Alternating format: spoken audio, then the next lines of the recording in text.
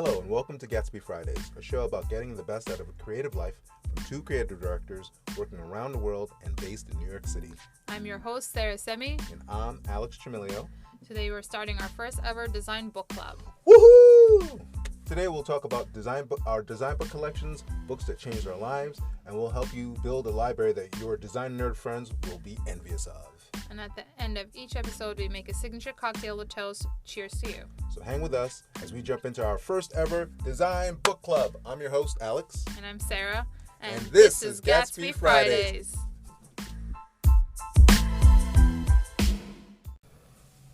Sarah, are design books actually relevant? Of course they are.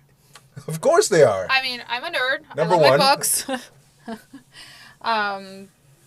What do you mean by that? Why are you questioning the relevancy of books? Well, first I want to say, yes, design books are relevant. And also this subject matter and the topic feeds into my hoarding tendencies for everything. Same. Same. I feel like this gives that whatever element legitimacy.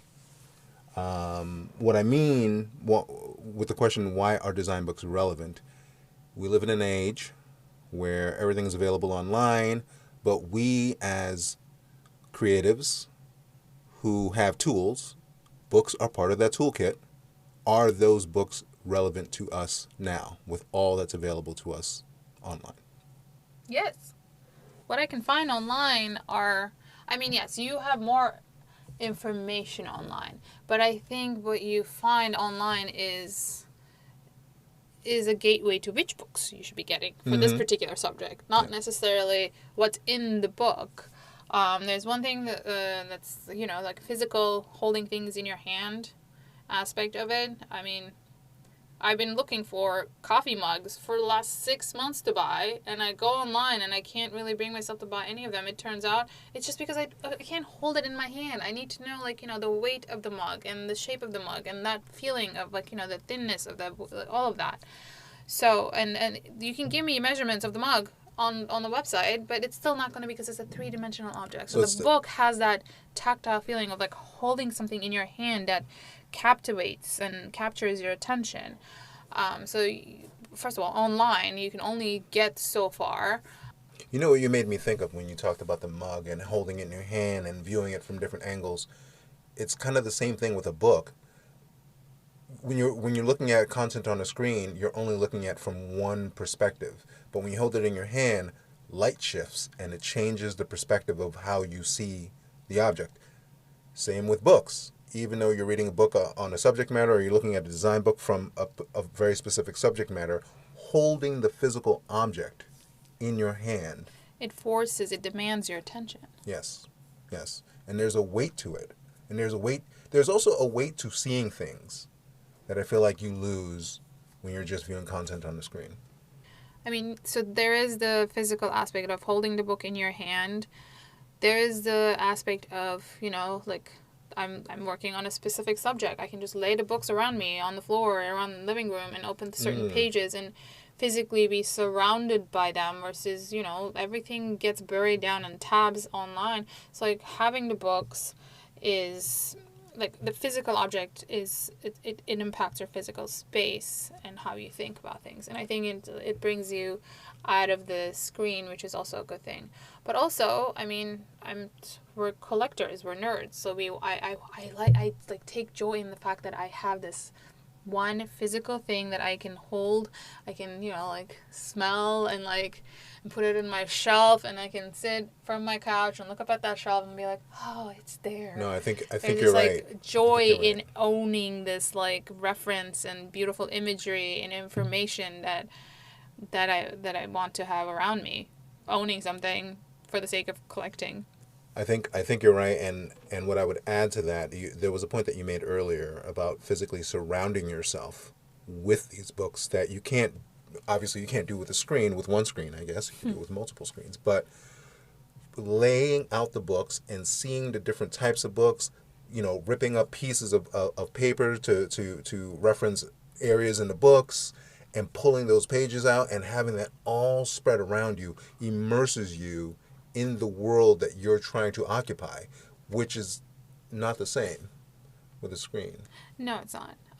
So for me, I think you said your hoarding tendencies. I think we're collectors of concepts It's a better word. and trends and feelings, emotions. What we try to do with design is evoke emotional connection with others. So we need to be surrounding ourselves with that to build upon that reference. No, I think you're right. And with books, with physical books, you get the tactileness, like you said, and you get the weight of the books. But also, not every book is available online. Oh, yeah, that's true. So that's one big thing. I mean, yeah, I just had to order. Just like I read novels and fiction stuff on my Kindle because it's just easier, and also over time I stopped collecting like fiction books that are just like taking up space. Live in a New York City size shoebox size apartment. That is the reality of the city. So the books that I actually keep are reference books, collector's items for me. There's this one book that I wanted to read, and it wasn't online. It wasn't available on Kindle. So I just... What was the book? It's about the women wolf archetype, like legends about women archetype in different cultures. In folklore? In folklore or so, but it's also like referencing today. But you know, okay. so like would I keep that book in the future? I don't know, but it's not about like just the written word. There's like one novel that I read, and it was one of the most interesting stories that I'd ever read. I read it on my Kindle to the point where I was like, I want to keep this book forever. So I actually bought it in physical form just as a collector's item. So there's this like holding on to things that you feel a connection to and keeping that around you. That's different than what you can't find online or you can find online kind of thing, right? Exactly. I think also as creatives, we want tactile things. We want things that have dimension, and we want to hold on to things to return to later to see what new inspiration can be drawn. Yeah, the tactility is also, I mean, it's also how I design. Is my strengths are actually bringing more physical, tactile aspects of physical world into the digital space, and that's what's strong about my design skills and my design vision. So that just goes in line with that. When we get back, we will talk about the losses and gains in the digital age. This is Gatsby Fridays.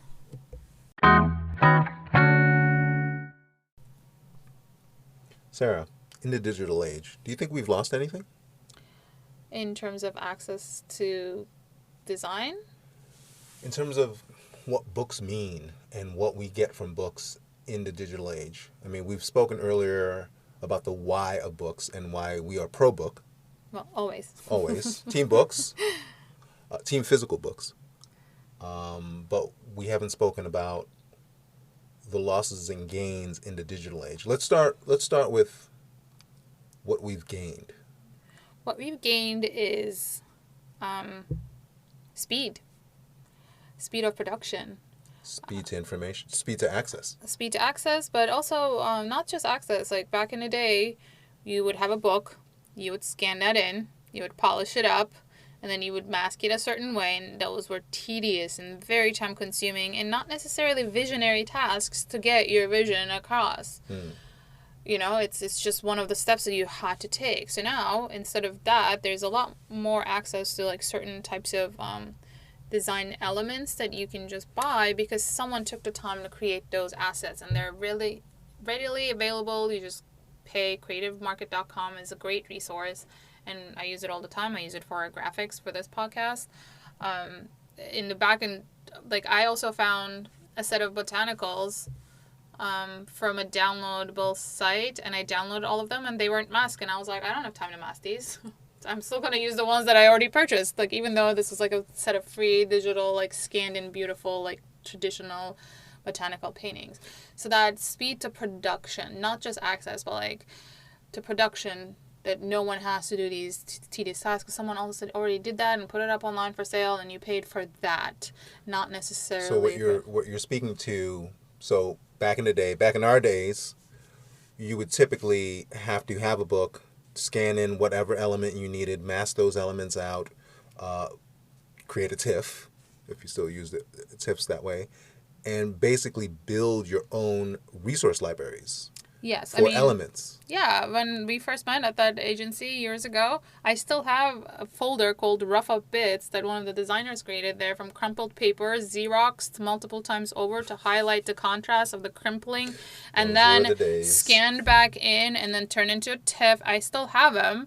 But now there's like a million crumpled paper textures out in the world that's already scanned in for you to like download and use, and they have all the varieties of right corner to be a little extra shaded if you need that particular one, or you need it to be lighter and even. Like there's all these tools that are available to you. So production has gone up. I'm smiling because the other link to this chain from the actual traditional media to online media is the in-between, which were resource CDs. And I remember buying a whole bunch of resource CDs of all this. So if you were the traditional designer back in the day where you would have to scan in assets to develop these building blocks that you need for whatever project, also the other side of that was simply buying the CD. Well, I have this gigantic book of vector outlines. That was like a huge thing back then. It was a really expensive book. And I was like, well, I want all of these outlines. I've never used a single one of those vectors ever. But I was like, I need to own this. Like, I need to build this library of things. So now it doesn't work that way anymore, which is efficient in a way. But that's just a means to an end. Yes. So it has definitely supported ease of production coming, but it's not going to inspire my vision. It's not going to give me the vision. So for me to come up with the look for the cover, the botanical feeling that I've been seeking, I've been looking at plant books for the last year and a half at least. Everywhere I can find them. I walk into West Elm, there's a plant book. I didn't buy it, but I was looking at the pages. Like, I've been collecting this in my mind from actual books for a long time. I went to London. There was a book in the museum about like each plant type. It was more of a catalog of plants, but I remember these, holding them in my hand physically. Those just built up the vision over time. So were those books like, okay, so these were art books? Inspiration Not necessarily books. art books. No, the plant book was about like how it's West Elm, so they're talking about how to grow plants in your apartment. Oh, but instructionals. All of this, it's about cataloging of botanicals that have nothing to do with art, just botanical nerds. And then there's us, the art nerds, and there's all of this collection of different types of books that those built my vision for the look over time. But what enabled my production to be so swift is just being able to buy the set of graphics that I was looking for, and I found the perfect match to what I wanted. So you've gained the design, you've gained the inspiration for the design through actual books. Yes. And what you've done with that was translated all that into for your sake, speed of production, to make sure that you get, and I think that's what we've gained. That's what we gain in terms of losses, and that's a different level of you don't get to touch these things. I don't get to hold those graphics. I don't get to skim through the pages. So now I have an artboard in Illustrator with smaller versions of every image from that set of collection that we purchased as assets, so that I can see it. And then I have to go in and I have to zoom in and out. It's not great, but I mean, it's what we work with because it saved me time. And also buying that amount of different variety of botanicals and individually by book, and then masking each one out, time, but also money. We would have had to buy multiple books. Books are not as cheap. That's true. So the affordability of these assets is something to consider also.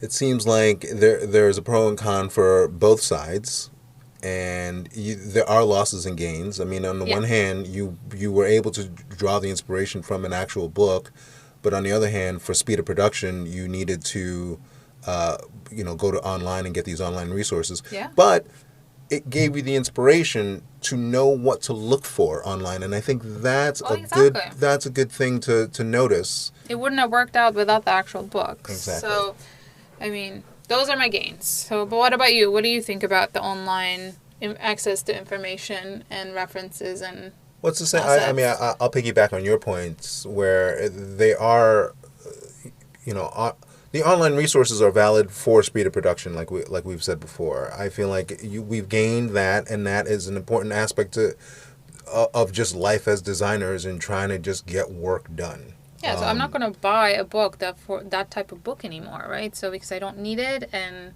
that it's no longer relevant. Like a book of vector collections, what's saved on the CD that it came with. First of all, who has a CD drive anymore? Like even if it's True. just a like graphic download, there are books now that you just like buy. You there's a password in printed in the book, and then you go on a site, download assets. I mean that's great, but also like I don't need the book then. You don't need a book. So I think what books give us is the source material The for an idea inspiration and the vision. and a vision, and also kind of a little bit of a roadmap of because you mentioned spreading physical books out in front of you, and I love that idea. I also love the visual of that, by the way. Yeah. That looks really cool. Of like knowing how to begin a story, a design story, and how the progression of that story turns itself over and evolves over the course of looking at different books. And I think that that is beautiful, and that's what you can't do online. And I get it, we've gained speed, but we've lost, in a way, storytelling or how to organize stories. I mean, yeah, sometimes I feel like I'm lost in a tab and tab after tab and like just looking in this tiny screen. So that's been constricting. That's why sometimes I feel like, oh, I miss like from that first job the gigantic foam core boards that you would just like put out all around the wall that you could pin up things. And I tried to do that, recreate a tiny version of that in my apartment. It just got in the way, gathered dust because it's an apartment. It's not a office space. So like I ran out of space. I just don't have the physical means to sustain that, but I miss that feeling of being able to look up at a wall and seeing everything spread out. It's just making connections physically. I was thinking, I'm going to say this. I miss making Xerox copies of nice book images and then putting those up. Just to make sure.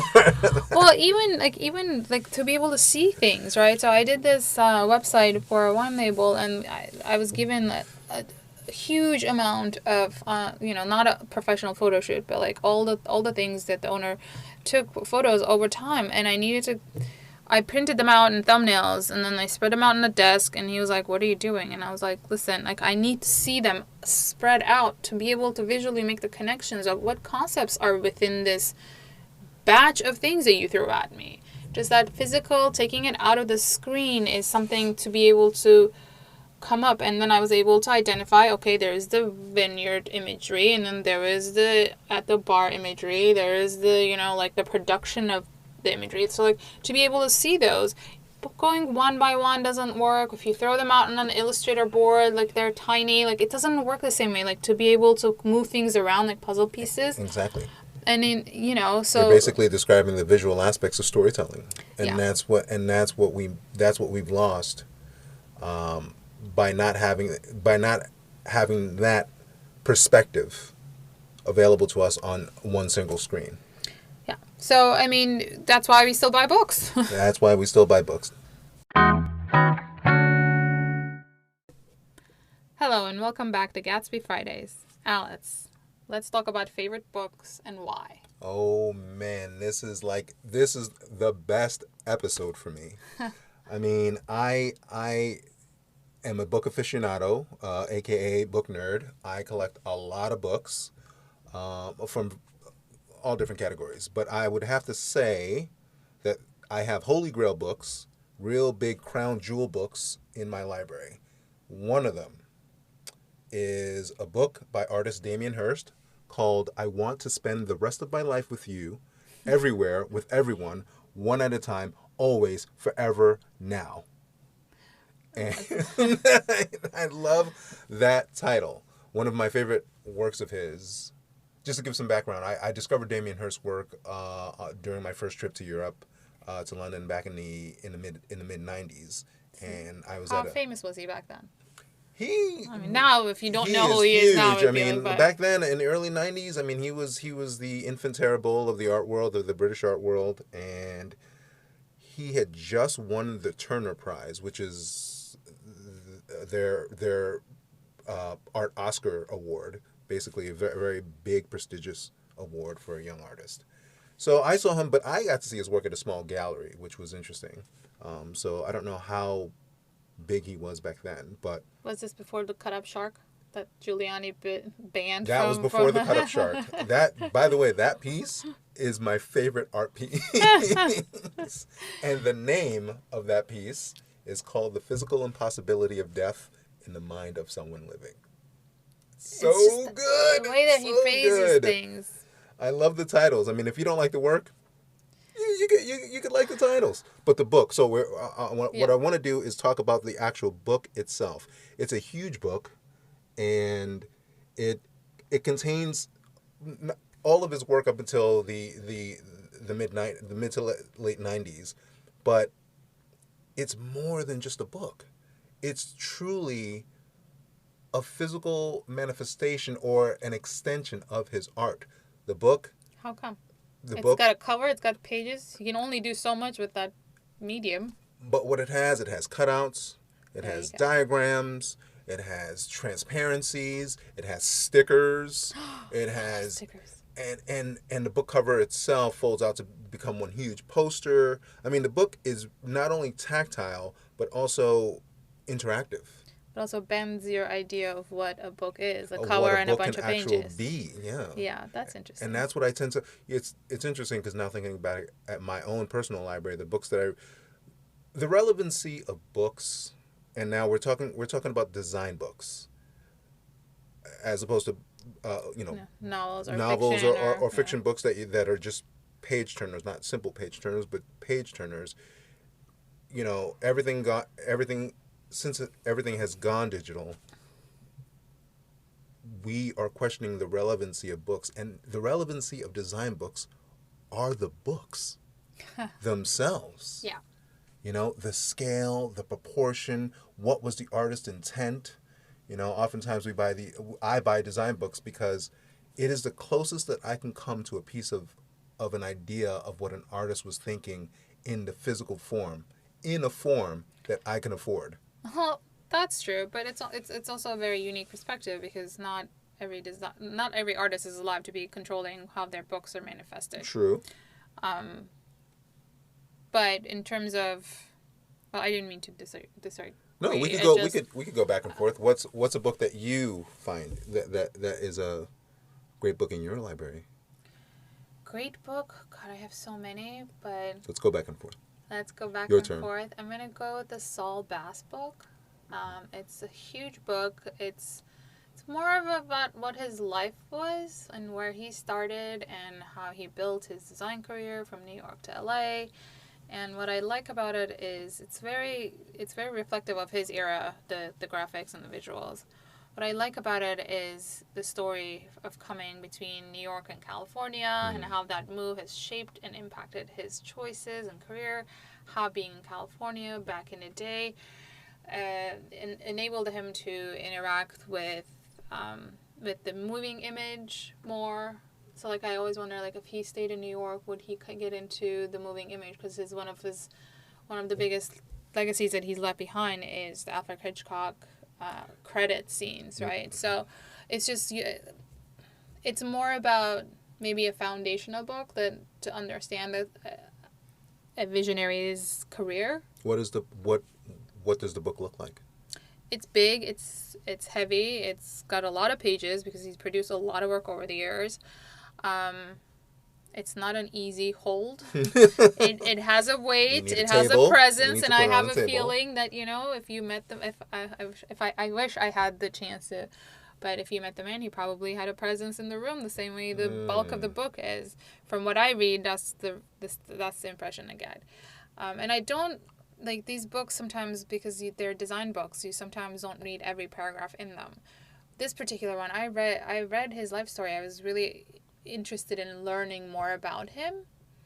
So I would say that would be one of my most treasured foundational books. But it's a more recent book, it's not my first one, it's not my oldest one, it's not. That's All Bass one was recent? I mean, in the last, I don't know, in the last 5 years maybe? I think what? Maybe 8 years, but not like 15. It's not my first design book.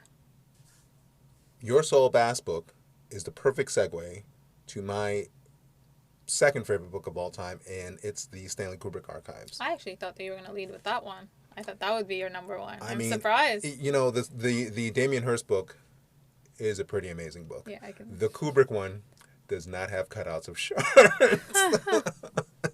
And so that's why it holds a special position in my Yeah, but it remembering comes of- with the negative. Yes. So the Stanley Kubrick Archives book, which is a massive book, and it measures, when it's closed, 19 and a quarter inches. So when it's opened to full length, it's almost 40 inches long, this book, which is incredible. So But it's also that length is reflective of the film strip. it's reflective of the 72 millimeter film aspect ratio for film, and so it's an interesting scale. And that's another thing about these books.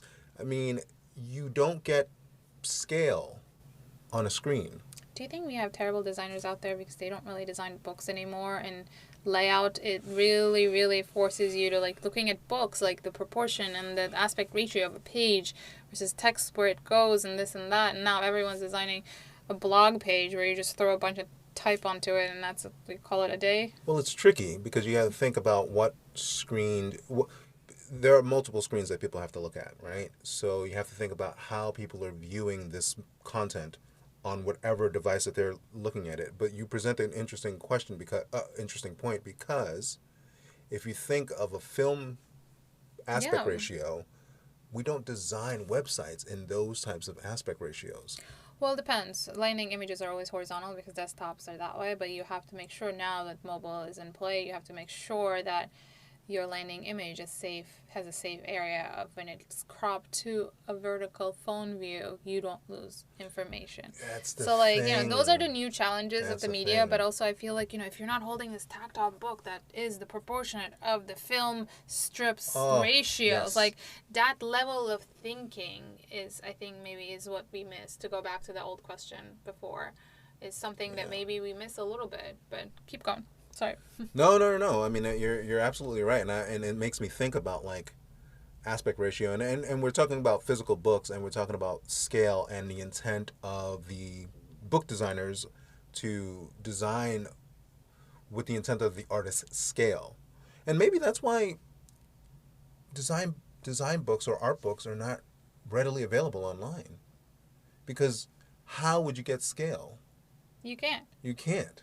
And the level of layout that it requires, the skill of layout and the thought process of this linear expression of, like, turning a page, and it's just very different. You can jump around. It's almost like, those, like, books when we were kids, the adventure books, like, you would be like... I love those Choose Your Own Adventure. I used to love them too. I have one but of it's those. like, that's one way of, like, breaking out of the linearness of book reading, and unless you're consciously breaking that, books are linear. You have to go page by page, right? So, and online, you just click around. You go through a Wikipedia article, you click 7 things, you're already left the original story, and you are on a different side of references, right? So, the attention span, the following through of an idea is, we kind of lose a little bit of that, I think.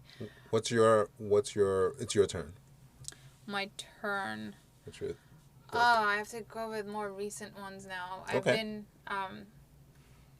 my most precious recent one is, well, which one do I go with?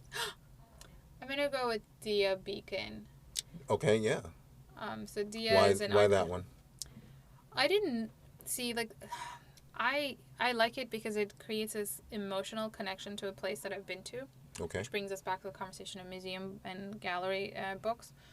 But And you're speaking about the museum brochure, Not brochure. the catalog.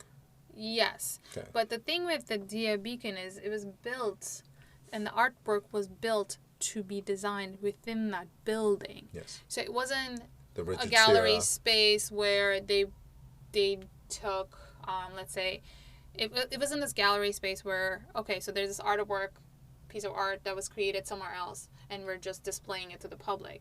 these were created, like the curved hole, The that Richard was. Serra, the ellipticals. No, I don't mean the Richard Serra. I mean the Michael Heiser northeast southwest, Okay. where it's holes in the ground that are in different shapes, but they were designed to be housed in that building. Like they were moved from a different location. The Richard Serra one actually travels. The first time I saw it was visiting the MoMA. Yeah. Okay. So there's anyway. So there's this like I ended up going to Beacon for a different reason, and then we had more time to kill, so we were just like, okay, let's go see Beacon. And I was blown away by how the space made me feel. And the book itself is huge, and it tells the stories of how these pieces were built and like the things that you can't get from experiencing them.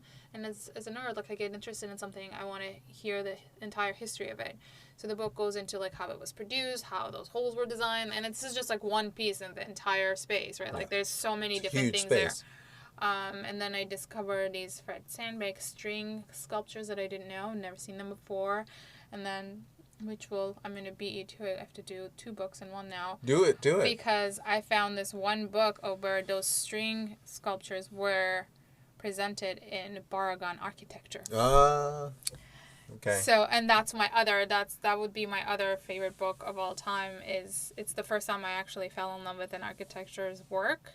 And I did an architecture minor. It's not that. It's just the fact that he uses color and sound and the way that light travels in spaces, and I can get very nerdy about all of that. And the book won't do his spaces justice, like unless you go and see his house in Mexico City and you understand why there's a gold painting at the top of the stairs so that it reflects the light and lights up the entryway to the house.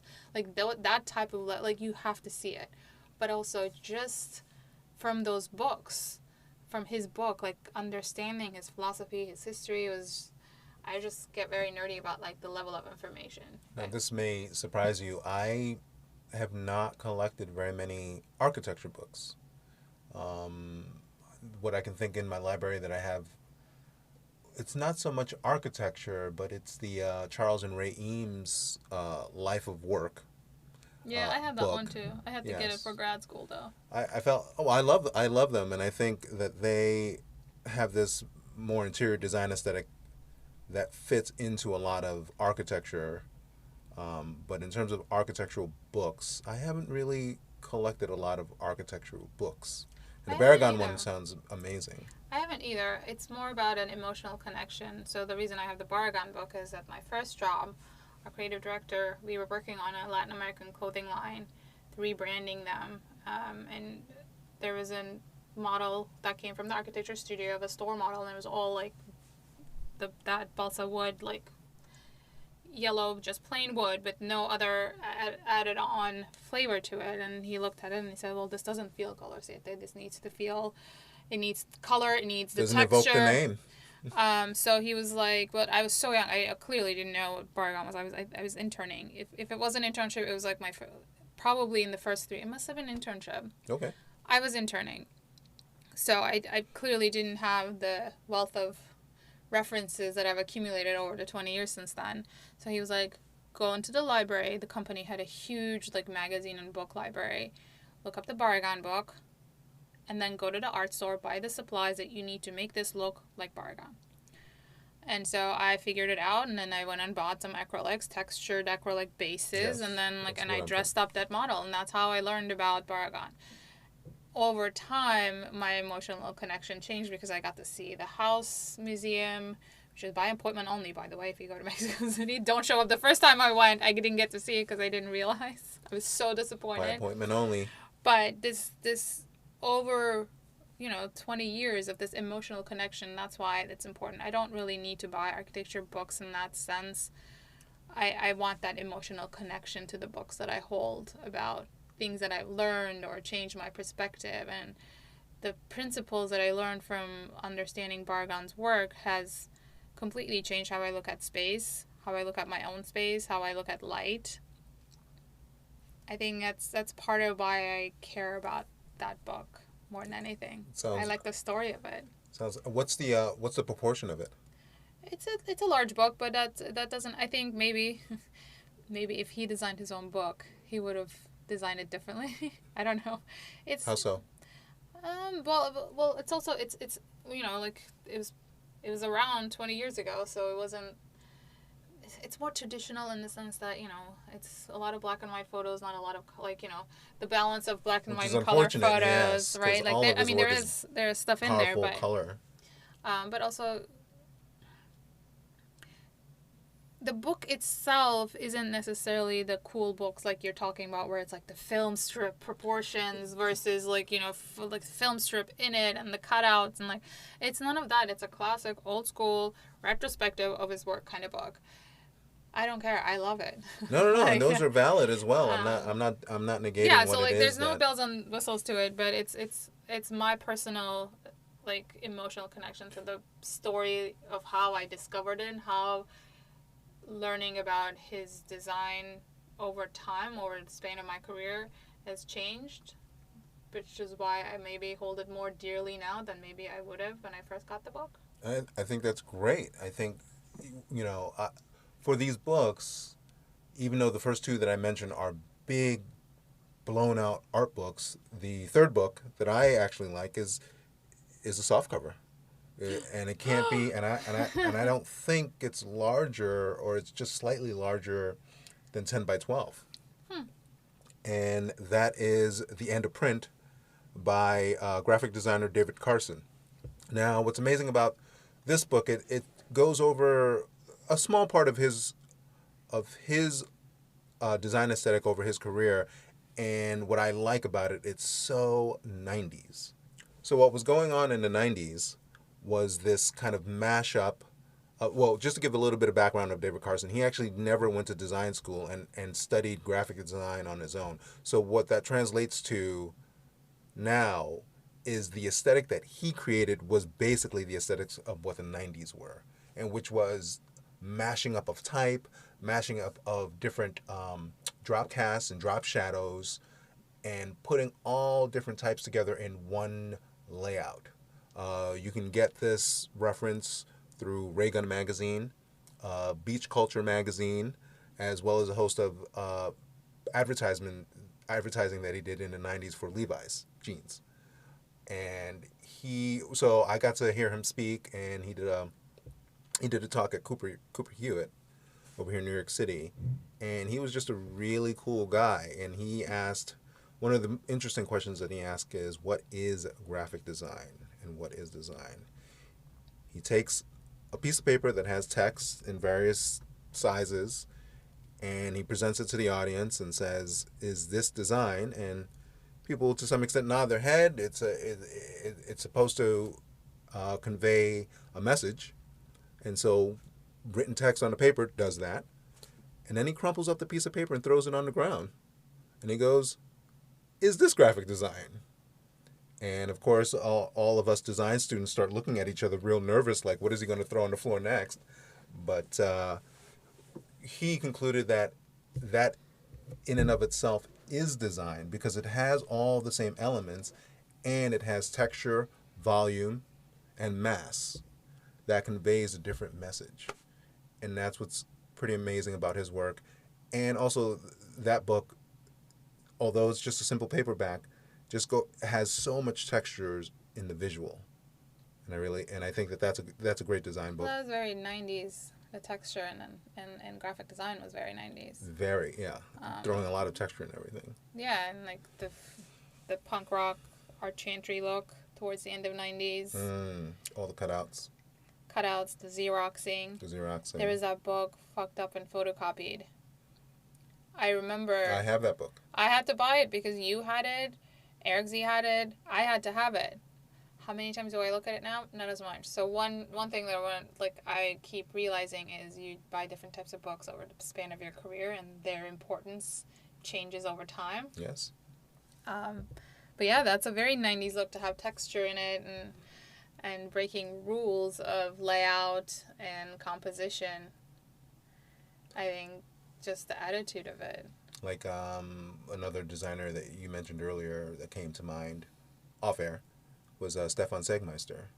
Yes. I never got his book. I know he's done a couple of Oh, books. I have it. I Okay, had so to you have have it. that. Okay. I had You to have have it. the book, the one that's about. The one with the red plastic sleeve where it Yes. changes the dog because it's like Yes, because yeah, it's the it's dogs. lenticular print. It's like a lenticular print. It's It's a snarling dog, and then it's a passive dog. yes. Yes. And it's the German Shepherd on the cover, and that just so like that It's a cover without classic. having anything, it talks about his shock and awe style that made him famous back in the 90s or at the end of 90s, early 2000s, I would say.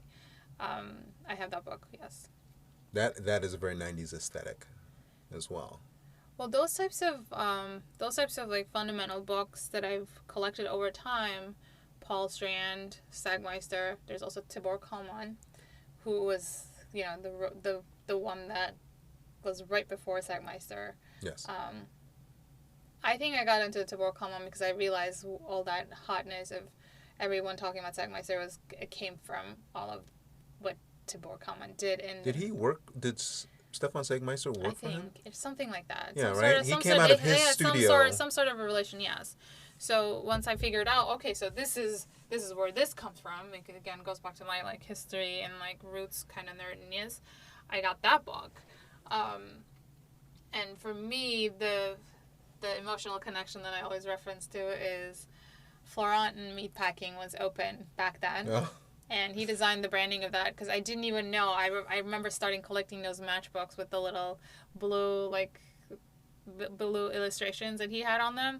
And then I got the Tibor Kalman book. And then I was like, oh my God, he designed those things that I was already collecting. So, like, again, like this, living through your generation, how many times do I open the Sagmeister book now? I haven't opened it in, like, I don't know, at least 8 years. But when I first got it, I would just like go over it and then put it away, and then there would be a new project, and I'd pick it up again and be like, "Let's look at this again." So That's the beauty of books. I guess you could hold a tab and reference that tab again, but no, it's not the same thing. It's not. The tab's not gonna. Well, it could be an animated figure of that dog coming up and down, like like going through his moods, but. That's a different medium. That's time-based versus this is yours. It's interactive, but it's not digitally interactive. It's a different kind of like. You can't replace. It's not not even the same. It's not even apples and oranges. Yes. It's like apples and steak, completely two different realities. So I mean, we can keep going back about the books that we choose to have. I mean, are these my favorite ones? No, they're foundational books that I have and cherish. Right now, we're going to take a break, and when we come back, we're going to talk more about the pillars of what makes a good design library. Hello, and welcome back to GATSBY Fridays. Sarah, let's talk about resources. How do you build a great design library, and why does it matter? How do you build one? I think you build it over time. I don't think you just go and say, okay, I'm going to buy 120 books, and this is my library. And I have it done. Design done. So it does, in a way, like my library reflects the evolution of my design career and my design education. I didn't study graphic design in undergrad. I started learning on the job. I had a communications and fine arts background, and then I went to grad school. So things that I learned at my first job, I learned who Paul Rand was at my first job. I didn't learn it in graphic design school. So I have a Paul Rand book. Of course I have it. I had to learn. I was so eager to grab all of this information to make up for my creative background to be more graphic design specific. So I have all these foundation books. I have layout books. I was like making and breaking the grid because I didn't know, like no one taught me. I was taught composition within an art piece, but not necessarily in the page layout where it's specifically like text heavy or anything like that. So, and especially I started my professional career, my internship was 2001, and I graduated from college in 2002 and got my first job. Around that time, print catalogs were still a thing. Print was still a lot heavier in presence. So there were all these books about how to design this much text into a page layout. So those are the types of books that I started with. I don't really need to reference the Making or Breaking Grid book anymore. I have it. I'll keep it forever because one day I'll collaborate with someone that is not necessarily specific or hire someone. They're going to need that little extra push. I have that. Like I built it. I bought it to keep, not to just learn. Yes.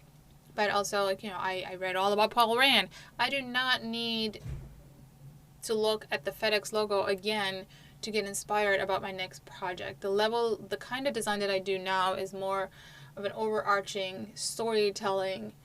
That little arrow within the FedEx logo blew my mind when I first heard about it. So, like, I liked learning all of that. But now I keep it. It's a reference. It's a big book. It's a beautiful book. But I don't open it up the same way.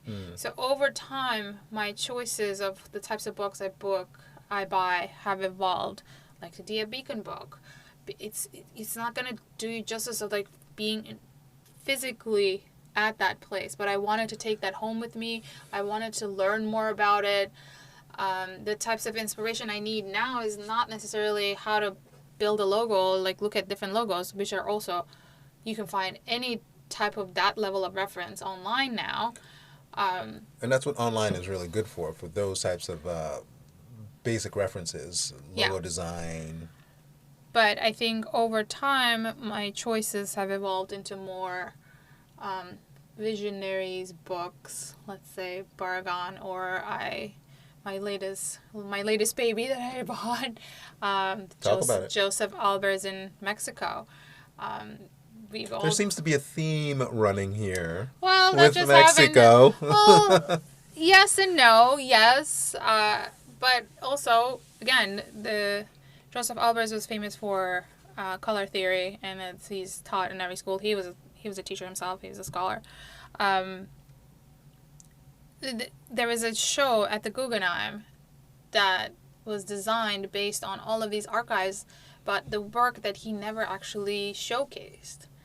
And he got inspired by these ancient pyramids in different parts of Mexico. So, like, it's less about the color, which is surprising to me. But, like, just even discovering that, for me, it was like, wow, like, you can learn something every day, clearly. But this, so that was my latest book. But also, like, this is the type of knowledge that I'm at now. Like, I want the idea that someone whose specialty was color goes and gets inspired by the three-dimensional spaces in a pyramid and then comes back and creates artwork around it, and not necessarily three-dimensional art. That type of process, learning from the greats, is, that's what I seek now, because that's a way of teaching you how to come.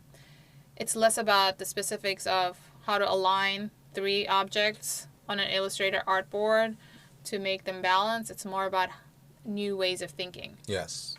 So methodology. That's the types of books I collect now. So over time, you need to start with what your interest is, what you're curious about, because that's where you are at. That's how you'll benefit from it most. Right now, if you buy something that you're not interested in, you're going to skim through it and you put it away. But building this over time, your preferences are going to change. Your interests are going to evolve over time, and your library is going to reflect that. So I would say about building a library, everything that's in a printed form, more or less, has information in it. And what I mean by that is that I don't think I would want to reference just specific design textbooks. Yeah. Because for me, building my design reference and design library, and also my own design kind of take on the world, is a lot earlier than college. I remember reading a lot of comic books and taking design cues, even though I was not considering myself a designer when I was a teenager or a middle schooler, but there were design cues that were coming out of comic books. There's layout, there's type references, there's color references, scale and proportion. All of that is relevant. Storytelling, sense of time. All of that came from all the comic books that I read. And I felt like that was a great jumping off point to start understanding design. One of the other things I remembered was, I had a propensity for drawing, and I took a lot of art classes, and so I started learning about the greats, Picasso. And I remember my first real art book that was ever given to me was a Picasso book during the Blue period. And I was just enthralled by the fact that painting, first, it was a painting that I didn't see personally, but it was a painting that I saw in a book. And yeah, it was, I always saw them in a book before I was ever able to set foot in a museum. and so that gave me a reference point to one day wanting to go. And that's the thing, I guess, with books, like you look at a book, or I looked at books when I was younger, and I saw these images, and I really, really wanted to know what the originals looked like. Like I remember, one art book about the Louvre, and they referenced the Mona Lisa, and you just don't get quite the scale of what the Mona Lisa is once you see it. But that came from books, and those books were important for me. Those were your foundation Those were books. my foundational books. So I would say, to build your library, just comb through all the printed material that you have. I have just an enormous library of printed material that I draw inspiration from. And I like what you said about, now the books that you buy are not process books. They're more inspiration and pathways to kind of get that creative aspect of you going again. And that's what I do now, and that's what books do for me. And it doesn't necessarily have to be art books. No, not at all. Actually, one of the most interesting fiction stories I've read in the past couple of years was a personal take on the Georgia O'Keeffe's life. And I've always loved her work. I've had one of her books. This is somewhat fictional. It's a fiction writer, but based on true events, and some of it is speculative, some of it is not. But it shows her perspective. It shows a woman's perspective. It's just a woman artist back in her time, and how she built her career in, through her personal relationships, what she wanted. She wanted kids. She didn't get them. She wanted to paint watercolors. Everybody told her she was, not doing right. But, she stuck to her guns. There's a lot of, personalities that we miss that when you're, looking at this, oh, yeah, Georgia O'Keeffe retrospective from the Guggenheim, and I have the book for that. But you don't get that personalized story about it. So it's not a design book. It's a fiction novel. Yes. But I have, it completely changed my perspective on her and her work, and I appreciate it on a different level.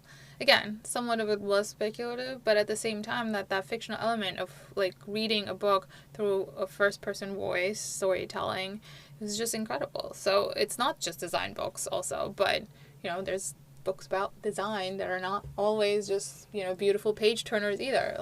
There's a book that is a fiction book that I own and have read, and here's the interesting thing about it.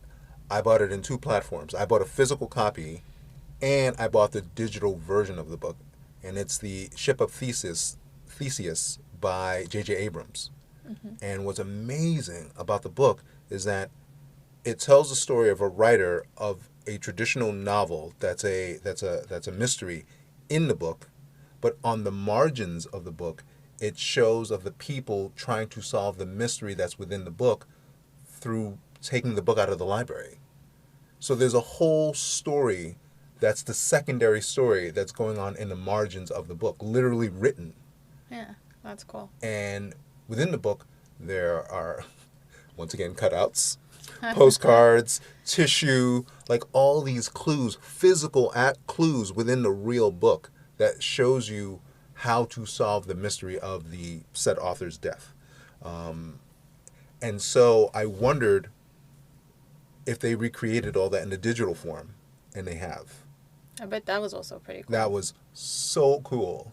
And the digital version has all these animations that you have to go through, things that you could pick up within the book. Yeah.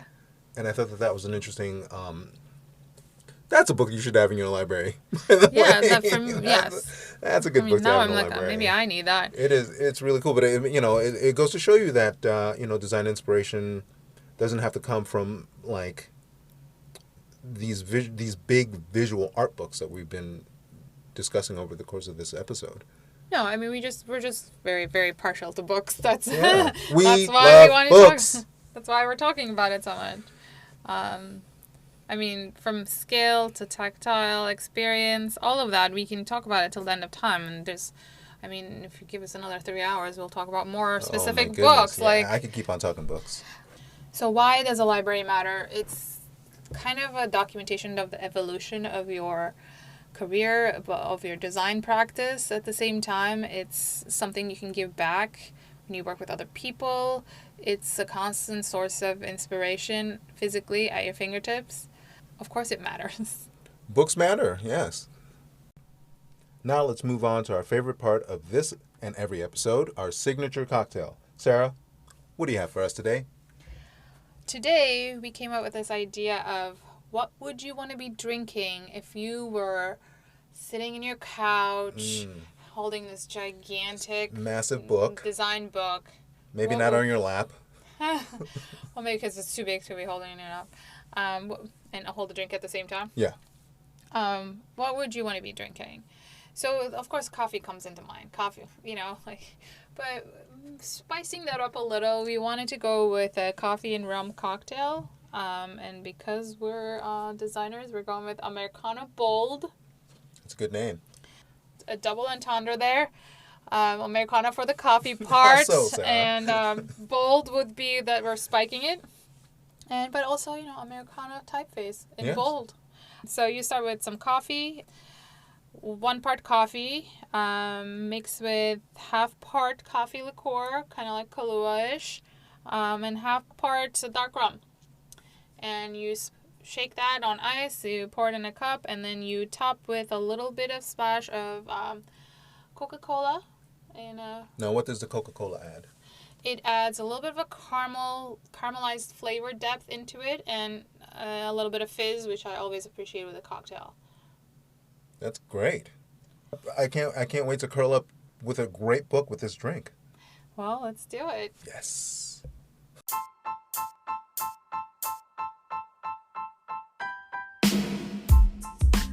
Thank you for hanging with us. For a list of resources mentioned in this week's episode, hop onto our site, GATSBYFridays.com. You can find the recipe for Americano Bold on our site, GATSBYFridays.com. For show notes, or if you want to leave a comment, suggest show topics, get at us on our site. Don't forget to rate us, give us 5 stars, and write a review on Apple Podcasts. It really helps to get in front of more ears and build our audience. Or if you're a Spotify person, make sure you follow Gatsby Fridays. Or on Instagram, you can follow us at Gatsby Fridays. Stay with us. On our next episode, we will discuss design education beyond college. Keep on learning. This is Gatsby Fridays.